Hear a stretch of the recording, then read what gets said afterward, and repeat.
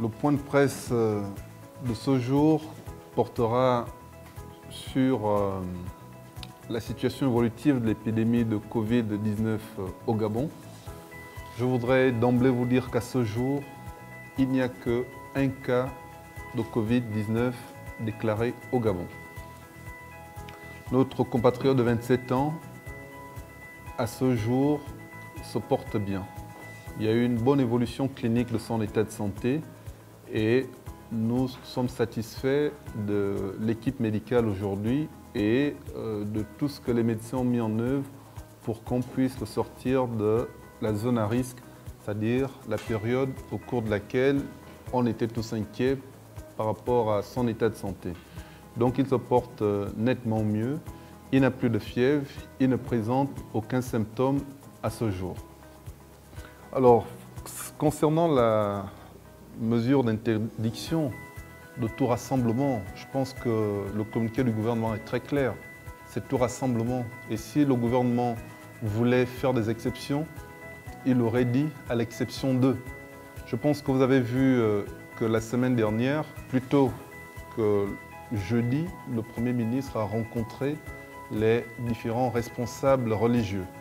Et au cours de cette audience, il les a sensibilisés sur la situation du Gabon, sur les dangerosités du Covid-19 et il leur a demandé à ce que nous soyons tous solidaires, qu'il y ait une solidarité nationale. La réponse qui a été faite par les leaders religieux, c'est que leur premier rôle, c'est de protéger les fidèles, c'est de protéger le peuple, c'est de protéger le Gabon. Donc pour cela, ils ne pourront courir aucun risque qui puisse faire en sorte que leurs fidèles ou bien leur communauté puissent être exposés au Covid. Donc il y a des échanges qui ont eu lieu entre les leaders religieux et le gouvernement et nous pensons qu'ils devront normalement appliquer cette mesure du gouvernement qui consiste à réduire les différents rassemblements pour qu'il n'y ait plus de rassemblements de plus de 50 personnes.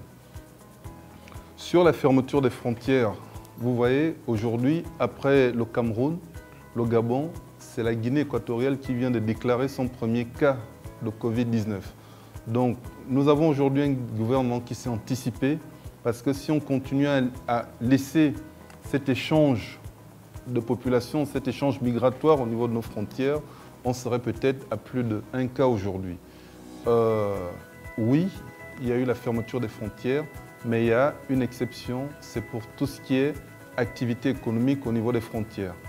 Comme le marché mondial aujourd'hui, il n'y a plus d'activité au niveau du marché mondial, mais les camions continuent à rentrer au Gabon, les camions de vivres continuent à rentrer pour pouvoir permettre d'alimenter, d'approvisionner les marchés et faire en sorte que la population puisse voilà, s'alimenter.